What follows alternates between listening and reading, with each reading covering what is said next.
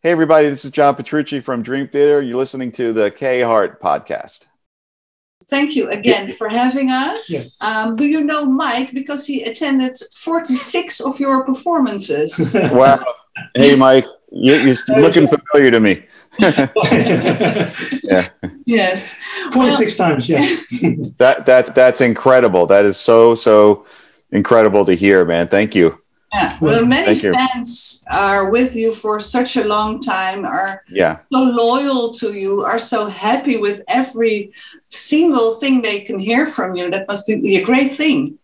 It's really nice. We that's something that Dream Theater certainly enjoys is a very avid fan base all over the world, and people are great. They're amazing. You guys are in Holland, is that correct? Yeah. Yes, we are. Yeah, we actually, when we first started touring internationally, Holland was one of the places that was actually really, from the get-go, really great for us. I remember really large audiences right from the beginning.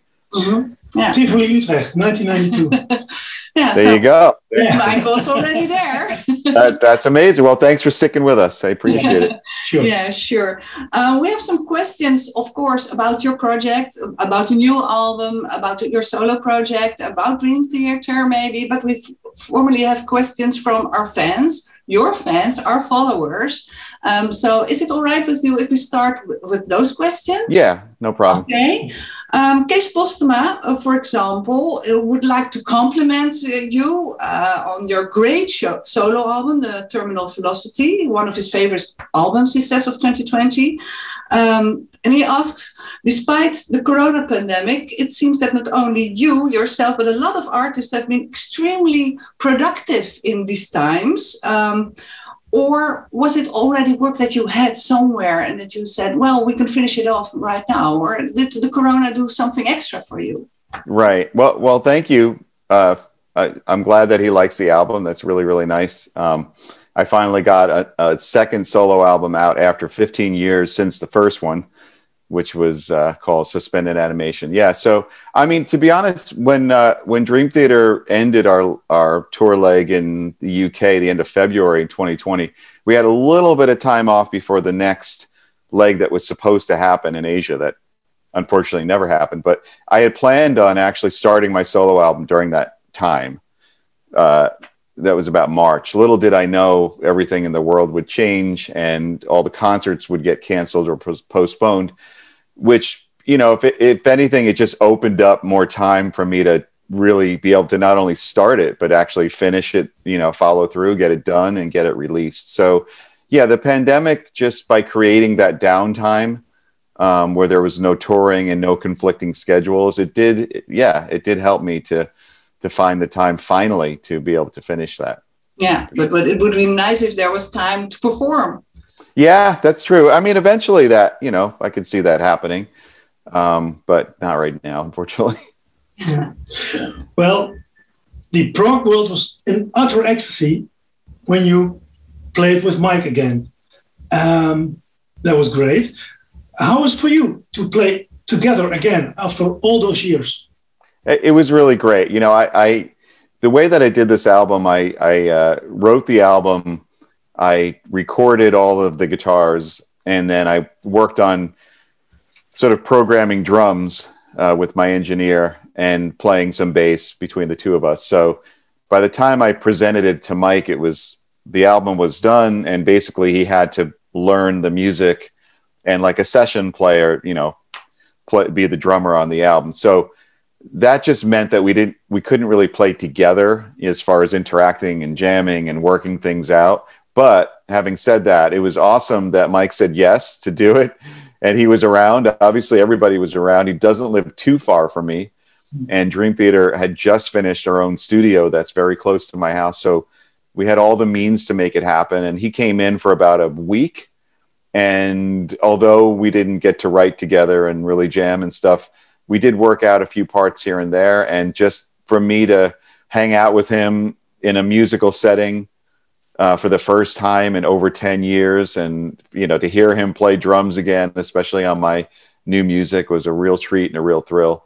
Yeah. And it was really easygoing and cool. And people responded great. Like you said, there was a very positive reaction to that, which I really appreciated. brings us to the next question, which is from Bas Aldenze. He says, many fans are hoping for a return from Mike to Dream Theater. How are your thoughts about that? Well, that was something that I knew when, people heard about Mike playing on my solo album, that thought might come up, that people might bring that up. And I made it very clear from the beginning that, hey, listen, Mike is playing on my album and that is it. That's what this is. There's no, Mike Mangini is the drummer in Dream Theater for over 10 years now, and that's not changing. And this was just Mike playing on my album. So I wanted to make that clear from the beginning. And I think most people were respectful of that and didn't cause any controversy or drama for the most part, because that's the last thing we all need. We're all musicians. There's a pandemic going on. We're all friends. There's no reason why Mike can't play on my album and Mike Mangini can still be the drummer in Dream Theater. They're two separate things. Yeah. So. I've got a question from Wilbert Brink. He says, what it's like to play the kind of energetic music with a bass player who is almost 75 years old. Oh, for Liquid Tension. Yeah, for Liquid Tension. Yeah. Well, he's referring to Tony Levin, and Tony he's an unstoppable force, that man. He is, one of the world's most incredible musicians, and he's just as vibrant now as he ever was. I don't know how he does it. It's unbelievable. It might be all of the espresso that he's making and this something in the coffee beans, but he's inspiring to play with. He's incredibly creative. He's unique. He always has ideas. He's never short of ideas, and he's just a great personality and friend and person to hang out with. And he's a great photographer. He's a very interesting guy. Really cool. It must also be very hopeful for you, for us, that we can go on forever when things are going well. Absolutely. He's definitely a testament to that. And I don't see him slowing down at all, which is amazing. Yeah. Another question, Erik van Duin, he is interested, and I'm sorry, I have to ask this because I'm interested myself as well. Yeah. In the current beard situation, well, we see with your beard, we all know right now. Do you have a plan with that? Do I have a plan? Stay this time? As far as, speaking to that, I actually, as I've been wearing a beard of significant length for many years now, I kind of got into the whole bearding culture, and it prompted me to actually join forces with a UK men's grooming company called Captain Fawcett, and we did a John Petrucci line called Nebula, which has been really successful and a lot of fun for me, and just a different creative side to get into. Yeah. So this isn't going anywhere. Yeah, for sure. I saw some videos from that, and actually, I'm sorry, I want a beard right now. Right. Attractive. Probably not going to happen. But no. Yeah. But in one of the videos, you say it smells so good. Well, that's the thing about these products that kind of draws you in, is the different companies that make. I sort of never knew it was a thing, but apparently it's been around for centuries. Men with long beards kind of using oils and stuff like that. So the scent is a big part of it. Okay, but how do you smell right now then? It smells really, really good, as always. Good. Absolutely. Good to know. Yeah. Let's go to the Liquid Tension Experiment LTE 3 album. Yeah. I heard somewhere that by COVID-19, everybody had the time to record the album. Everybody was free from touring. But who started all the calls? Who started the whole thing? Right. Well, I mean, it was kind of bubbling for a couple of years, I guess, as Mike and I and Jordan, started to kind of be more and more in touch over the more recent years. Family get-togethers and holidays and things like that. And Jordan played on the cruise with Mike and did some things. So there's just a little bit more communication, and it would come up every so often between us all. Like, hey, we should do this one of these days. But it was, it was something that was still on the back burner because everybody was busy and touring. When the pandemic hit, there were some texts going back and forth, some emails, mostly with Jordan and Mike, kind of bringing it up again. Like, hey, this might be a realistic time. And at the time, actually, I was thick in the midst of my solo album. So I kind of had to say, hey, can't really do it right now, but let's, give me a few months and we'll see what happens. And that's exactly what we did. So, and my solo album was kind of a good prerequisite to that because, Mike's drum kit was set up and mic'd up and we had already recorded my record. And I just said, hey guys, let's do it at the studio, the Dream Theater studio. It's all ready to go. We have a great engineer. And that's what we did. We got together over the summer. Everybody came in. We kept our circle very small because of COVID. Everybody got tested and there was no outside people. It was just the four of us and our engineer and my tech, and that was it. Yeah. Cozy in the bubble you are. Yeah, exactly. And it was summertime. You'd never know it because we were inside in the studio, but it worked out really well. For sure. What can you tell us about this new album of Liquid Tension Experiment? Is the sound different? Has it evolved? What happened? Right. Well, I mean, a lot of it is, stylistically, and I think it's very, very in line with the first two because it was done in the same fashion. I mean, it's the same four guys, and we got together over a very short period, did a lot of improvisation and jamming, and built songs off of those jams. So I think the direction is very much in line with the other two. I think sonically, all of us have grown. We've grown as musicians. We've grown as people, just producing albums and working on gear. I know myself as a guitar player, I've developed my gear since the last, since 22 years ago, and developed my own sound more and, learned more about being in the recording studio after all of our experience. So I think the record sounds, not that the other two don't sound good. They sound great. But I think this one sounds more modern and better than the other two. So that's a bit of a change. Different artists, so the packaging is a bit more vibrant, and what's that's the thing different. you're particularly excited about or proud of? Right. I mean, I am excited about the material and the way it sounds. But there's a track on there, and we can't take credit for it as writers. But the Gershwin tune, "Rhapsody in Blue," that was Mike's idea to do a cover of. It really came out good. It's just it's a cool moment on the record. I can't wait for people to hear it. We played it live when we did some touring several years ago, but we never recorded it in the studio. And it's such a recognizable piece, and I really like our arrangement. So I love the musical twists and the humor in that song. Yeah, it's just great. Yeah, it's classic. So I'm glad that Mike brought it up, and it came out really good. So that's a highlight for me. Well, I read somewhere that Mike said we went to the studio to record 4 songs, and eventually it became much more. It became 8 songs. There's also a bonus disc. I didn't hear that one. What can you tell us about the bonus disc? Is that different? Is it the same? Well, you know what like I said earlier, what we did when we got together, which was much like the first two, we just jammed. We let the tape roll and jammed. It was kind of the first thing we did together, and we did about 4 of those. They're about a half hour or more long, and it's just whatever happens.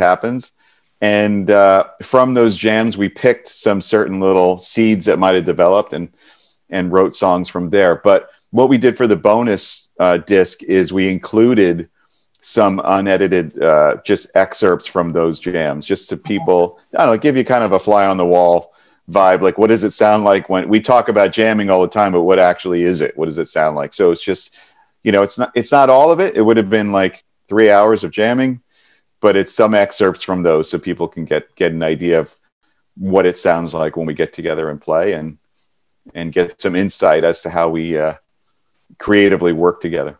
I see a guitar behind you. Is that the guitar you also use on the album?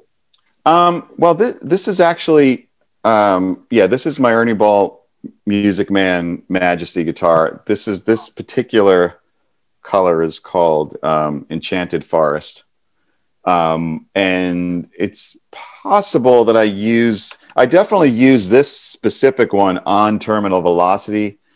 I think on LTE 3, I used the Purple Nebula version of it. Your favorite? Yeah, I love that guitar. I mean, it's the same. Yeah. You don't remember every song, which guitar you take? I don't remember specifically, but I didn't really use that many guitars. I mean, I have a signature model and I have a couple of, they're in the studio and a couple I grab. And that Nebula one is kind of all over everything. It's on my solo album. It's on Liquid Tension. It's on the new Dream Theater record. There's also a 7-string I used on Key to the Imagination and that I used on Temple of Circadia on my solo album. And there's one other Majesty model that's a basswood. It's you can see it in one of the videos. It kind of has an opaque blue. It's called kinetic blue. So yeah, so the same model. It's that Ernie Ball Music Man Majesty, but just a couple of different color and wood variations. But yeah, not too many there. Great. I know what I like.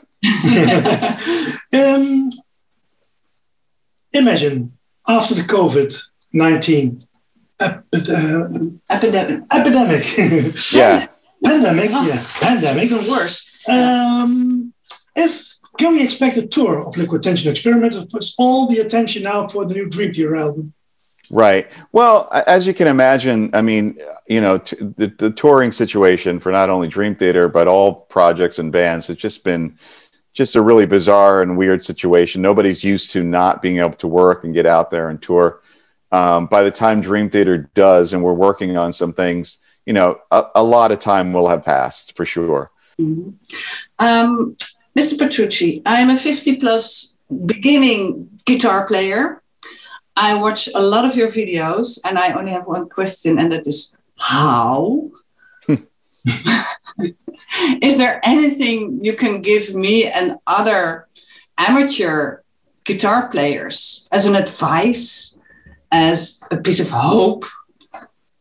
Well, I mean, first of all, guitar is fun. It's a fun instrument to play, and I think no guitar player will argue with that. But in learning any instrument or trying to accomplish a craft, it could also be frustrating at times as well, and we all experience that.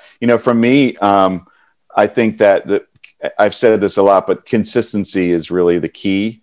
If you want to get good at anything, I think it's kind of making sure that you do it on a consistent level. I mean, if it's a hobby and it's something you pick up here and there and on a weekend, I'm sure you'll have fun and it'll be cool. But if you want to grow as a player, you kind of have to put the time into it. And I've always been an advocate of that, since I was really a teenager. Just practice. Practice. Yes. But you said that when you hear yourself on the album right now, you can hear what development you've been through in the last 22 years and maybe longer.